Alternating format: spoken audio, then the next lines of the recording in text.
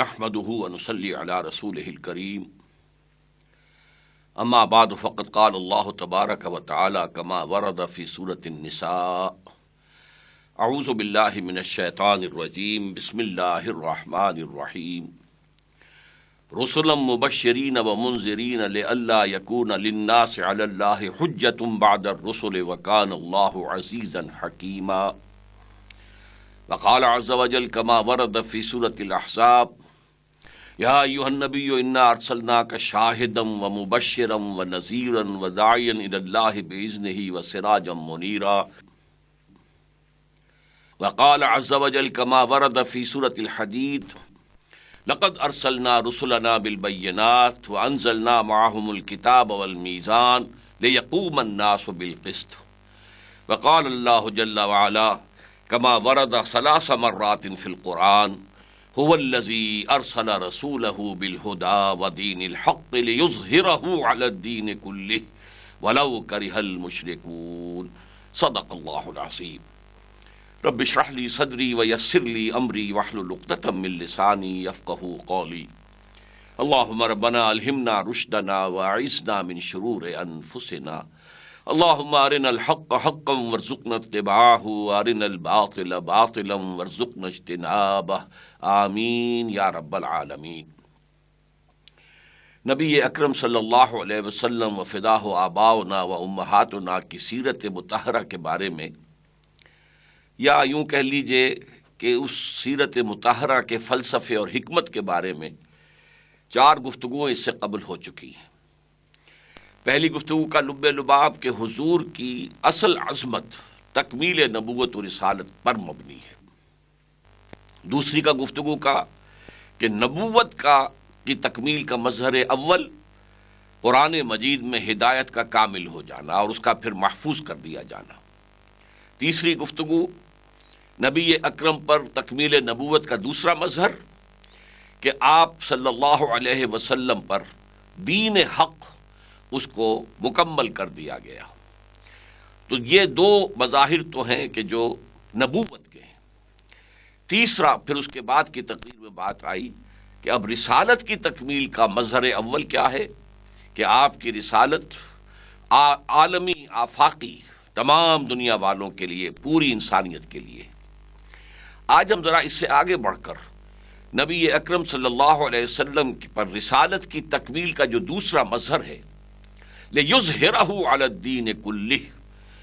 آپ اللہ کے دین کو غالب کریں پورے کے پورے دین پر یا تمام ادیان پر۔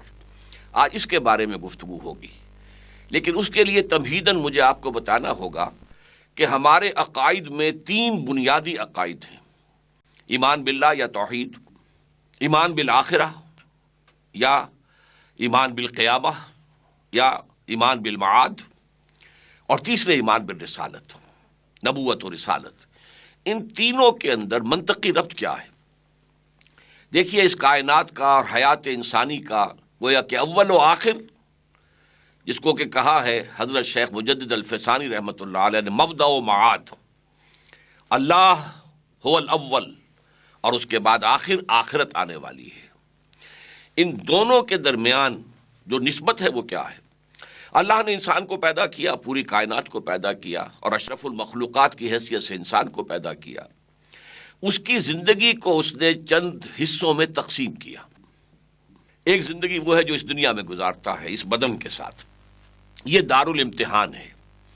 یہ اللہ تعالیٰ انسان کو آزما رہا ہے۔ خلق الموت والحیات لیبلوکم ایکم احسن عملا، کون تم میں سے اچھے اعمال کرتا ہے یہ دیکھنے کے لیے ہم نے تمہیں آزادی دی ہے، ہاتھ پاؤں دیے ہیں، بھاگ دوڑ کرو، پھر پتہ چل جائے گا ہوز ہو، کون کتنے پانی میں ہے۔ اور پھر یہ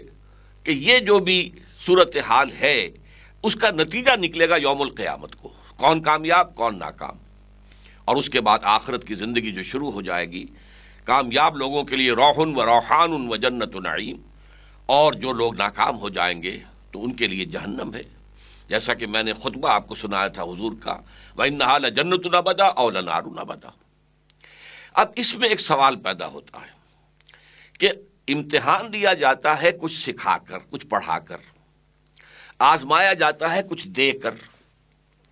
جیسے آپ بچے کو سال بھر تعلیم دیتے ہیں، سال کے اختتام پر امتحان ہوتا ہے۔ اسی طریقے سے آپ کسی بچے کو 100 روپے کا نوٹ دے کر دیکھتے ہیں کہ یہ کہاں جاتا ہے، یہ چاٹ کھانے کی طرف دوڑتا ہے یا کہیں سے رسالے وغیرہ خرید رہا ہے، کتابیں پڑھتا ہے، کتابیں خریدتا ہے، معلوم ہو جائے گا رجحان کیا ہے۔ تو ہمارا جو امتحان ہے اس کی بنیاد کیا ہے؟ دیکھیے اس کی اولین بنیاد کیا ہے؟ اللہ تعالیٰ نے ہمیں سماعت دی، بصارت دی، عقل دی۔ کھول آنکھ، زمیں دیکھ، فلک دیکھ، فضا دیکھ۔ اللہ تعالیٰ نے ہمارے اندر نیکی اور بدی کا شعور یہ جو ہے الہامی طور پر ہمارے اندر رکھ دیا ہے۔ جیسے کہ فرمایا گیا وَنَفْسٍ وَمَا سَوَّاهَا فَأَلْهَمَهَا فُجُورَهَا وَتَقْوَاهَا، یہ نفس انسانی شاہد ہے اور جیسا کہ اس کو تیار کیا گیا ہے اور یہ کہ اس کے اندر الہامی طور پر ودیت کر دیا گیا ہے شعور کے نیکی کیا ہے، بدی کیا ہے۔ پھر روح جو اس کے اندر پھونکی گئی ہے وَنَفَخْتُ فِيهِ مِن رُوحِي، اس میں میں نے اپنی روح میں سے پھونکا ہے، تو اس سے روح انسانی کے اندر اللہ کی معرفت اور اللہ کی محبت موجود ہے، بالقوہ موجود ہے۔ اس بنا پر ایک امتحان تو یہ ہے کہ کوئی اللہ کو پہچانتا ہے یا نہیں، وہ اندھا بہرا ہوتا ہے اور وہ صرف اپنی خواہشات کا بندہ بن کر رہتا ہے، وہ نیکی اور بدی میں امتیاز نہیں کرتا۔ اگر یہ ہے تو وہ گویا کہ پہلے ہی امتحان میں فیل ہو گیا۔ پہلا امتحان جو ہے اس کے لیے کوئی نبی آتا یا نہ آتا برابر تھا، یہ تو اللہ نے ودیت کیا ہوا تمہارے اندر، اس کی بنا پر تمہارا امتحان ہے۔ لہذا جن لوگوں تک کسی نبی کی دعوت نہیں پہنچی ان کا بھی محاسبہ ہوگا، لیکن توحید کی بنیاد پر، کیوں؟ اس لیے کہ وہ فطرت کے اندر تھا تمہارے، ہم نے تمہارے اندر یہ چیزیں ودیت کر دی تھی، تمہیں پھر سماعت اور بصارت بھی تھی کائنات کو دیکھو اور ہمیں پہچانو، یہ ہماری آیات ہیں چاروں طرف پھیلی ہوئی۔ البتہ اس سے آگے پھر جب احکام آئے، یہ کرو یہ نہ کرو، یہ حلال ہے یہ حرام ہے، یہ جائز ہے یہ ناجائز ہے، یہ فرض ہے یہ ممنوع ہے، اب یہاں پر سوال پیدا ہوا کہ اگر یہ بات لوگوں تک پہنچائی نہ جائے تو پھر محاسبہ کس بات کا؟ اگر تو لوگوں کو یہ بات بتا دی جائے، اصل میں یہ چیزیں جو ہے فطرت کے اندر نہیں ہے پورے طور پر، اس کے لیے تو ظاہر بات ہے انسان محتاج ہے، ہدایت کا محتاج ہے۔ اسی لیے جب چارج دیا گیا حضرت آدم علیہ السلام کو دنیا کا، تو فرما دیا گیا، یہ چارٹر تھا جو دیا گیا ہے خلافت عرضی کے لیے، اما یاتینکم منی ھدی فمن تبع ھدایا فلا خوف علیہم ولا ھم یحزنون،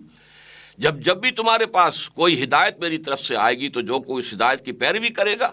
تو اس کے لیے نہ خوف ہوگا نہ حزن۔ والذین کفروا وکذبوا بآیاتنا اولئک اصحاب النار هم فیہا خالدون، لیکن جو لوگ کفر کریں گے، انکار کریں گے، ہماری آیات کو جھٹلائیں گے، وہ جہنمی ہوں گے، اس میں ہمیشہ ہمیشہ رہیں گے۔ تو یہاں پر اصل میں ضرورت پیش آئی کہ اللہ تعالیٰ اس کے بارے میں نبیوں کے ذریعے سے وہ ہدایت بھیجتا تھا، اور نبیوں کے ذمے یہ ہوتا تھا کہ وہ اس ہدایات کو یا ہدایت کو لوگوں تک پہنچا دیں، اور اس کو قولاً بھی پہنچائیں، عملاً بھی پہنچائیں، یعنی جو کچھ دعوت دے رہے ہیں زبان سے اس کا نمونہ اپنے عمل میں بھی پیش کریں، اس لیے کہ شہادت قولی، شہادت عملی، یہ دونوں ہوں گے تو شہادت کا پورا جو ہے حق ادا ہوگا۔ اس بات کو قرآن مجید میں بیان کیا گیا، چنانچہ میں نے سب سے پہلے آپ کو آج سورہ نساء کی ایک آیت کا ٹکڑا سنایا ہے۔ یہ مقام ایسا ہے، بڑا حسین مقام ہے، بہت سے انبیاء اور رسول کا تذکرہ کیا گیا ہے، ایک بڑا حسین گلدستہ انبیاء اور رسول کے ناموں کا ہمیں وہاں ملتا ہے۔ اس کے بعد اللہ فرماتے رسلا مبشرین و منذرین، یہ وہ رسول تھے جنہیں ہم نے بھیجا مبشر اور نذیر بنا کر، لئلا یکون للناس علی اللہ حجۃ بعد الرسل، تاکہ رسولوں کی آمد کے بعد لوگوں کے پاس کوئی حجت نہ رہ جائے اللہ کے محاسبہ اخروی کے مقابلے میں۔ وکان اللہ عزیزا حکیمہ، اللہ عزیز ہے، زبردست ہے، جیسے چاہے امتحان لے، لیکن وہ حکیم بھی تو ہے، اس نے اپنے امتحان کا ایک نظام بنایا ہے۔ نبی آتے تھے، یہ حلال ہے یہ حرام ہے، یہ مت کھاؤ یہ کھاؤ، یہ ناجائز ہے یہ جائز ہے، زنا ناجائز ہے نکاح کرو، اور تم اپنا جو ہے طبی تقاضا پورا کرو۔ تو اس تمام کو جب وہ پہنچا دیتے تھے، اگر نہ پہنچایا ہوتا تو لوگوں کے لیے قیامت کے دن ایک موقع ہوتا ہے، اللہ ہمیں تو معلوم نہیں تھا، ہمیں تو بتایا نہیں گیا کہ یہ شے حرام ہے یہ حلال ہے، یہ جائز ہے یہ ناجائز ہے، یہ فرض ہے تم پر، اور یہ چیزیں جو ہے تمہارے لیے ممنوع ہیں، ہمیں تو نہیں بتایا گیا۔ تو یہ حجت ایسی ہوتی، اگرچہ دنیا کی عدالتوں میں تو ہم یہ کہتے ہیں کہ ignorance of law is no excuse, کوئی شخص یہ نہیں کہہ سکتا مجرم جی مجھے تو قانون معلوم نہیں، بھائی معلوم تھا یا نہیں تھا، تم نے قانون توڑا ہے اب تمہیں سزا ملے گی، لیکن اللہ کے ہاں یہ بات نہیں ہے، اگنورینس جو ہے وہ ایک ایکسکیوز بنے گی، اے اللہ ہمیں تو پہنچائی نہیں گئی بات، ہمیں تو نہیں بتائی گئی، تو ہمارا محاسبہ کس بنیاد پر؟ لہذا نبی اس دعوت کو پہنچاتے تھے اور اپنے عمل کر کے اپنی زندگی میں دکھاتے تھے، تاکہ لوگوں کے پاس کوئی عذر باقی نہ رہ جائے قیامت کے دن کہ اللہ ہمیں پتہ نہیں تھا، ہمیں بتایا نہیں گیا تھا۔ اچھا، جو لوگ ان میں سے مان لیتے تھے اور صحیح عمل کرتے تھے ان کو بشارت دیتے تھے تمہارے لیے جنت ہوگی آخرت میں۔ جو لوگ انکار کرتے تھے، اڑ جاتے تھے اپنے کفر پر، تکذیب کرتے تھے انبیاء کی اور ان کی لائی ہوئی تعلیمات کی، ان کے لیے وہ نذیر بن کر آتے تھے، خبردار کرنے والے، دیکھو موت کے بعد تمہارا ٹھکانہ جہنم ہوگی۔ تو یہ بشارت اور انذار اور دعوت، یہ نبوت کا اولین مقصد ہے۔ اس کے لیے دو اصطلاحات آپ سامنے لے آئیں۔ اتمام حجت، نبی نے بات پہنچائی اور جس کا حق تھا ادا کر دیا پہنچانے کا، اور اس کا اپنا عمل بھی پیش کر دیا، ثابت کر دیا، تو گویا کہ حجت قائم ہو گئی ان پر آخری درجے میں۔ دوسری اصطلاح قطع عذر، کہ لوگوں کی طرف سے عذر ختم ہو جائے، وہ یہ جیسے میں نے کہا کہ وہ یہ نہ کہہ سکے، پلیڈ نہ کر سکے اگنورنس، کہ ہمیں تو معلوم نہیں تھا، تو ان کی اس عذر کو ختم کرنے کے لیے اتمام حجت کے لیے نبی آئے، قطع عذر کے لیے نبی اور رسول بھیجے گئے۔ یہ ہے نبوت کا بنیادی مقصد۔ چنانچہ نبی اکرم صلی اللہ علیہ وسلم کی بعثت کے ضمن میں بھی یہ بنیادی مقصد جو ہے نبوت و رسالت کا وہ موجود ہے۔ میں نے آپ کو سورہ احزاب کی آیت سنائی، یا ایھا النبی انا ارسلناک شاہدا ومبشرا ونذیرا وداعیا الی اللہ باذنہ وسراجا منیرا۔ اے نبی صلی اللہ علیہ وسلم، ہم نے آپ کو بھیجا ہے گواہ بنا کر، حق کی گواہی دینے والے، قول سے عمل سے، پھر بشارت دینے والے جو اس راستے کو اختیار کر لیں، اور پھر خبردار کرنے والے انہیں جو اس کا انکار کرے اور کفر کرے، اور اللہ کی طرف بلانے والے اس کے حکم سے، اس کے اذن سے، اور پھر آپ کو روشنی کا، ہدایت کا ایک چراغ، روشن چراغ بنا دیا۔ یہ حیثیتیں وہ ہیں کہ جو تمام انبیاء میں اور حضور میں مشترک ہیں۔ تمام انبیاء نذیر بھی تھے، بشیر بھی تھے، داعی اللہ بھی تھے، اپنی اپنی جگہ پر ہدایت کا چراغ بھی تھے، لیکن ان حیثیتوں میں بھی حضور کی ایک تکمیلی شان ہے، ان تمام حیثیتوں میں بھی آپ کی ایک اتمامی کیفیت ہے۔ لیکن وہ بات جو خاص آپ کے اوپر کی گئی وہ ہے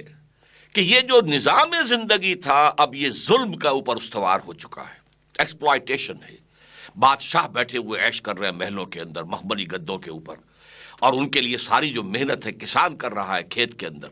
محنت خون پسینہ، اس کا عیش کرتا ہے جاگیردار اور بادشاہ۔ اسی طریقے سے کام کر رہا ہے، کوئی لوہار کام کر رہا ہے، کوئی ترخان ہے، کوئی کپڑا بن رہا ہے، ان پر ٹیکس لگا ہے، ٹیکس دو، اور اس ٹیکس سے جو ہے وہ جاگیرداروں کی بھی حویلیاں بنیں گی اور بادشاہ کے محل بنیں گے، اور بادشاہ جو ہے وہاں پر اپنی فوج بھی اسی ٹیکس سے اٹھائے گا، بڑھائے گا، انہیں منظم کر کے کھڑا کرے گا کہ اگر کہیں کوئی بغاوت کرے، کوئی کلمہ بغاوت کرے تو اس کا سر کچل دیا جائے۔ یہ نظام جب ظلم کا آ گیا ہے تو اب اے محمد صلی اللہ علیہ وسلم، جو آپ کو دین حق دیا گیا ہے، یہ نظام عدل ہے، یہ نظام اعتدال ہے، یہ نظام توازن ہے، یہ انصاف پر مبنی نظام ہے، اس نظام کو قائم کر کے دکھائیے تاکہ حجت قائم ہو سکے۔ اگر یہ نظام آپ صرف کتاب میں لکھا ہوا پیش کر دیں گے تو ظاہر بات ہے کہ وہ حجت نہیں بنے گی۔ جیسے انفرادی سطح پر جس بات کی آپ دعوت دے رہے ہیں، نماز پڑھو تو آپ نماز پڑھ کے دکھائیں، روزہ رکھو تو آپ روزہ رکھ کر دکھائیں، جہاد کرو تو آپ جہاد کے اندر خود آگے سے آگے ہوں۔ اسی طریقے سے جب آپ پر دین حق مکمل ہو گیا، کامل نظام جو مبنی بر عدل و انصاف ہے، جو معتدل ہے، جو متوازن ہے، جس میں تمام کے حقوق معین کر دیے گئے، اس نظام کو قائم کر کے دکھائیے، غالب کر کے دکھائیے۔ یہ ہے وہ مشن جو محمد الرسول اللہ صلی اللہ علیہ وسلم کا تکمیلی مشن ہے۔ چنانچہ اس ضمن میں نے ایک تو آپ کو سورہ حدید کی آیت نمبر 25 سنائی ہے۔ ارشاد ہوتا ہے، لقد ارسلنا رسلنا بالبینات وانزلنا معهم الکتاب والمیزان لیقوم الناس بالقسط۔ ہم ہی نے بھیجے اپنے رسول صلی اللہ علیہ وسلم اور علیہم الصلاۃ والسلام، ان سب کو ہم نے بھیجا۔ ان کو کیا کچھ دیا؟ بینات۔ بینات کہتے ہیں بالکل روشن، مبرہن، از خود واضح چیز کو کہتے ہیں۔ بین سی بات ہے، بھائی کیا ہو گیا، تمہاری سمجھ میں کیوں نہیں آ رہی؟ بین سی بات جو بالکل واضح ہو۔ تو بینات سے مراد وہ تعلیمات بھی ہیں جو وہ ایمان کے ضمن میں لائے جو فطرت انسانی میں پہلے سے موجود ہیں، اور دوسری طرف وہ معجزات بھی ہیں جو انبیاء اور رسولوں کو دیے گئے ثبوت کے لیے کہ یہ اللہ کی طرف سے فرستادہ ہیں، بھیجے گئے۔ اور اس کے ساتھ ہی فرمایا وَأَنزَلْنَا مَعَهُمُ الْكِتَابَ وَالْمِيزَانَ، ان کے ساتھ ہم نے کتاب اتاری، شریعت اتاری، قانون اتارا، لوگوں کے حقوق معین کیے، بیوی کے کیا حقوق ہیں، کیا فرائض ہیں، شوہر کے کیا حقوق ہیں، کیا فرائض ہیں، جو حاکم ہوں ان کے کیا حقوق ہیں، کیا فرائض ہیں، اور جو بھی اس وقت رعیت ہے اس ماحول کے اندر جو ان کے کیا حقوق ہیں، کیا فرائض ہیں، سرمایہ دار کے کیا حقوق ہیں، کیا فرائض ہیں، اسی طریقے سے مزدور کے کیا حقوق ہیں یا کیا فرائض ہیں۔ ہم نے ایک نظام دیا ہے اور ترازو دیے ہیں، اس میں تولو، جو جس کا حق ہے اس کو عطا کرو، اور اگر کسی نے کسی اور کا حق غصب کیا ہے تو اسے چھینو۔ چنانچہ یہی بات کہی تھی حضرت ابو بکر رضی اللہ تعالی عنہ نے جب بیعت خلافت ان کے ہاتھ پر ہو گئی، تو جو خطبہ انہوں نے ارشاد فرمایا تھا، بڑے پیارے الفاظ اس میں تھے، تم میں سے جو قوی ہے وہ میرے نزدیک ضعیف رہے گا جب تک کہ اس سے حق وصول نہ کر دوں، اور تم میں سے جو ضعیف ہے وہ میرے نزدیک قوی ہوگا جب تک کہ اسے اس کا حق دلوا نہ دوں۔ تو فرمایا یہ ہم نے سب کچھ کس لیے کیا؟ نبی کیوں بھیجے، رسول کیوں بھیجے، رسولوں کو معجزے کیوں دیے، انہیں کتاب اور شریعت کیوں دی، میزان کیوں اتاری، مقصد کیا ہے؟ لِيَقُومَ النَّاسُ بِالْقِسْطِ، لوگ عدل پر قائم ہوں، جو جس کا حق ہے اسے ملے، باپ مرے تو بیٹوں کا جو حصہ ہے، بیٹیوں کا جو حصہ ہے، بیوہ کا جو حصہ ان کو دیا جائے۔ یہ سارے حقوق اور فرائض ہم نے معین کر دیے تاکہ لوگ عدل پر قائم ہوں۔ اچھا، جیسا کہ میں نے عرض کیا،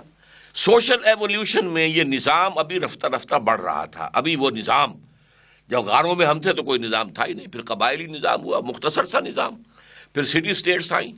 اور پھر اس کے بعد امپائرز قائم ہوئی، تو نظام، ایک محکم نظام جس میں انسان جکڑا گیا بری طریقے سے۔ تو اس کے علاج کے طور پر اللہ تعالیٰ نے دین حق کو کامل کر کے محمد الرسول اللہ پر اتار دیا صلی اللہ علیہ وسلم۔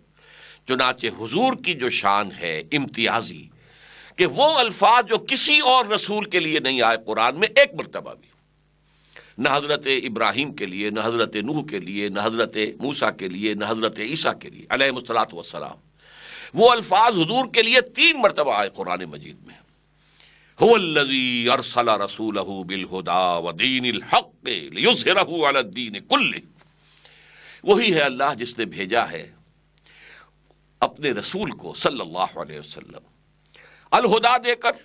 دین حق دے کر، تاکہ غالب کریں اس دین حق کو پورے کے پورے دین پر، کلہ ہی کے دونوں معنی ہو سکتے ہیں، یا تمام کے تمام ادیان پر۔ اور یہ بحث ہم پہلے کر چکے، دین کسے کہتے ہیں؟ نظام کو۔ دین الملک ذکر ہے سورہ یوسف میں، بادشاہی نظام، بادشاہ جو ہے حاکم ہے، مطلق ہے، سوورن ہے، سوورنٹی بلانگز ٹو ہم، وہ جو بھی کہہ دے گا وہ قانون ہے، اور وہ در حقیقت اس قانون کی خلاف ورزی کرنے والوں کو سزائے دے گا،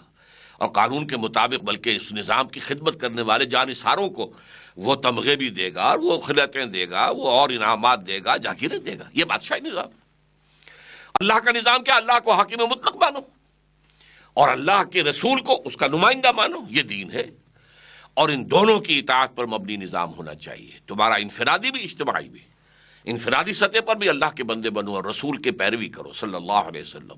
اور اجتماعی سطح پر بھی تمہارا سیاسی، معاشی، معاشرتی نظام اللہ اور اس کے رسول کی ہدایات کے مطابق ہونا چاہیے۔ اس کو غالب کرو، قائم کرو۔ اس قائم اور غالب کرنے کی کیا وجہ ہے؟ اس لیے کہ اب اگر یہ دین حق پیش کرتے ہو دنیا کے سامنے، تو جب تک اسے قائم کر کے دکھاؤ نہ، اتمام حجت نہیں ہوگا۔ جیسے ذاتی سطح پر جو تعلیم دی آپ نے کر کے دکھا دی، اب اجتماعی نظام دے رہے ہو تو اجتماعی نظام کا ایک نمونہ قائم کر کے دکھاؤ۔ یہ در حقیقت ہے جو مشکل کام تھا۔ جو کام مشکل تھا وہ میرے حوالے کیا گیا حضور صلی اللہ علیہ وسلم پر، مشکل ترین کام، دین کو غالب کرنا، نظام خداوندی کو قائم کرنا۔ ظاہر بات ہے کہ نظام کے ساتھ جو بھی نظام ہوتا ہے دنیا میں کوئی جگہ ایسی نہیں ہے جہاں نظام نہ ہو۔ کہیں بادشاہی نظام ہے، کہیں پر جو ہے وہ نمائندوں کا نام نہاد جمہوریت کا نظام ہے، کہیں کوئی آمر ہے۔ آخر ظاہر بات ہے کہ وہ اپنے نظام کو چاہے گا اسٹیٹس کو، میرا نظام جو کا توں رہے۔ سرمایہ دارانہ نظام ہے، سرمایہ دار کبھی نہیں چاہیں گے کہ ان کے نظام کو کوئی چھیڑے۔ جاگیردارانہ نظام میں جاگیردار کبھی نہیں چاہیں گے کہ جاگیرداریاں ختم کر دی جائے۔ they are bound to resist، اس لیے 2 جگہ پر آیا ہے وَلَوْ كَرِهَ الْمُشْرِكُونَ، شرک کرنے والے کتنا ہی ناپسند کریں، کتنی مخالفت کریں، کتنا ہی رزسٹ کریں، اے محمد صلی اللہ علیہ وسلم آپ کا فرض منصبی یہ ہے لِیُظْہِرَہُ عَلَى الدِّینِ کُلِّہ، پورے کے پورے نظام کو، جس کو کہا گیا ایک اور جگہ پر وَیَکُونَ الدِّینُ كُلُّهُ لِلَّهِ، پورا کا پورا دین جو ہے وہ اللہ کے لیے ہو جائے، پورا نظام، کوئی شے اس سے باہر نہ رہے، نہ سیاست، نہ معیشت، نہ ریاست، نہ قانون، نہ انفرادی زندگی، نہ اجتماعی زندگی، یہ سب کے سب اللہ کی اطاعت میں، اللہ کے نظام میں آ جائیں۔ یہ نظام اگر قائم کر کے نہ دکھایا جائے تو وہ جو دو الفاظ میں نے آپ کو کہے تھے، اتمام حجت نہیں ہوتا۔ آپ اچھے سے اچھا نظام دنیا میں کتاب میں لکھ کر دے جائیں، لوگ کہیں گے صاحب یہ خیالی جنت ہے، کسی نے لکھی ہے، یہ ہونا ممکن نہیں ہے، یہ تو ایک خواب ہے جو دیکھا ہے۔ آپ کو معلوم ہے ایک کتاب افلاطون نے لکھی تھی، دی ریپبلک، ایسا نظام ہونا چاہیے، ایسا نظام، حضور صلی اللہ علیہ وسلم سے تو بلکہ حضرت مسیح سے بھی 400 سال پہلے کی بات ہے، حضور سے 1000 سال پہلے کی بات ہے، نظام ایسا ہونا چاہیے، ایسا ہونا چاہیے، اس طرح ہونا چاہیے، وہ سب کتاب میں لکھا رہ گیا۔ اس کتاب کو اب کہا جاتا ہے کہ یہ یوٹوپیا ہے، ایک خواب تھا جو اس نے دیکھا تھا، دنیا میں ایک دن بھی وہ نظام کہیں قائم ہوا ہی نہیں۔ تو قائم کر کے دکھاؤ گے تو حجت بنے گی، اس کا نمونہ دکھاؤ گے تب اتمام حجت ہوگی، اس کا ایک نمونہ ماڈل پیش کرو گے تب وہ قطع عذر ہو جائے گا۔ لہذا دین کو قائم کرنا، غالب کرنا، یہ فرض منصبی قرار پایا محمد الرسول اللہ صلی اللہ علیہ وسلم کو کا، اور اس اعتبار سے یہ تکمیل رسالت کا دوسرا بصر ہے۔ دیکھیے کوئی آج کہتا یا کہے جیسے کہ حضور نے فرمایا تھا سید القوم خادمہم، لوگ کہیں گے بڑا اچھا شعر کہا ہے آپ نے، لیکن کبھی ایسا ہوا ہے سردار خادم ہوتا کہیں؟ لیکن آج محمد الرسول اللہ نے جو نظام قائم کیا تھا، حضرت عمر خادم تھے کہ بادشاہ تھے؟ حضرت عمر چٹائیوں پر بیٹھے ہوئے حکومت کر رہے تھے، ان کے پاس کوئی محل نہیں تھا، حضرت ابو بکر کا کوئی محل نہیں تھا، کچھ بھی نہیں تھا۔ اس اعتبار سے اگر ہم کہتے سید القوم خادم، اچھا جی ٹھیک ہے، بہت اچھا خیال آپ نے پیش کیا، لیکن یہ کہ یہ کوئی ہونے والی بات تو نہیں، آج معلوم ہے ہو سکتی ہے، ہوئی ہے، یہ تو بڑا ہسٹوریکل ایرا ہے، یہ کوئی 5000 سال پہلے کی بات ہم نہیں کر رہے، یہ حضرت نوح کے زمانے کی بات نہیں کر رہے، یہ حضرت ابراہیم کے زمانے کی بات نہیں کر رہے، یہ تو 1400 سال پہلے کی بات ہے، یہ نظام قائم ہوا ہے۔ درویش بادشاہ جن کو کہ مانا پھر عیسائیوں نے جب لڑے بھیڑے بغیر یروشلم جو ہے حوالے کیا ہے مسلمانوں کے، حضرت عمر کو دیکھ کر کہا ہاں یہی وہ درویش بادشاہ ہے جس کے بارے میں ہماری کتابوں میں لکھا ہوا ہے کہ یروشلم اس کے ہاتھوں پر فتح ہو جائے گا، آئیے حاضر ہے، یہ چابیاں ہیں، کھول لیجیے، آئیے لے جائیے۔ تو یہ کام اگر کر کے نہ دکھایا جاتا تو جیسا کہ میں نے عرض کیا ہے اسے یوٹوپیا کہا جائے، خیالی جنت ہے، انہونی سی بات ہے۔ لہذا قطع عذر اور اتمام حجت اس اجتماعی سطح پر اس کے بغیر نہیں ہو سکتا تھا کہ وہاں اس نظام کو قائم کر کے دکھایا جائے، اور یہ نظام کو قائم کرنا پہلے سے موجود نظام کو اکھاڑے بغیر تو نہیں ہوگا، اس کو جڑ سے اکھاڑنا۔ ایک عام پودے کو بھی اگر آپ کھینچتے ہیں تو اس کی جڑیں جو ہیں وہ رکتی ہیں، ایک بڑا درخت ہے، تناور ہے، اس کی جڑیں دور دور تک گئی، انہیں کھینچنا آسان ہے؟ ظاہر بات ہے کہ اس کے لیے تصادم ہوگا، اس کے لیے مقابلہ ہوگا، اس کے لیے جد جہد ہوگی، اس کے لیے جانیں دینی ہوں گی، اس لیے کہ یہ ایک انقلابی عمل ہے، ایک نظام کو بدل دینا، اس نظام کو بدلنے کے لیے انقلابی جد و جہد ہوگی، اور اس کے لیے یہ ہے کہ انسانوں کو جانیں بھی دینی پڑیں گی، اس کے لیے قربانیاں دینی ہوں گی، اور یہ سب سے مشکل کام دعوت و تبلیغ میں یہی ہو جائے گا نا کہ کوئی آپ کو کہہ دے گا پاگل ہے، مجنون ہے، کوئی مذاق اڑا دے گا، ہو سکتا ہے بچے کنکریاں پھینک دے، کچھ بھی کر دیں، لیکن یہاں تو آپ جب نظام کی بات کریں گے تمہارا نظام غلط ہے، اس کو ہم نے ختم کرنا ہے، تو ساری طاقت جو ہے کفر کی اور طاغوت کی، وہ ساری شیطنت کی قوتیں جمع ہو کر آپ کا مقابلہ کریں گی۔ لہذا یہ ہے تکمیل رسالت کا مظہر ثانی، هو الذی ارسل رسولہ بالہدی ودین الحق لیظہرہ علی الدین کلہ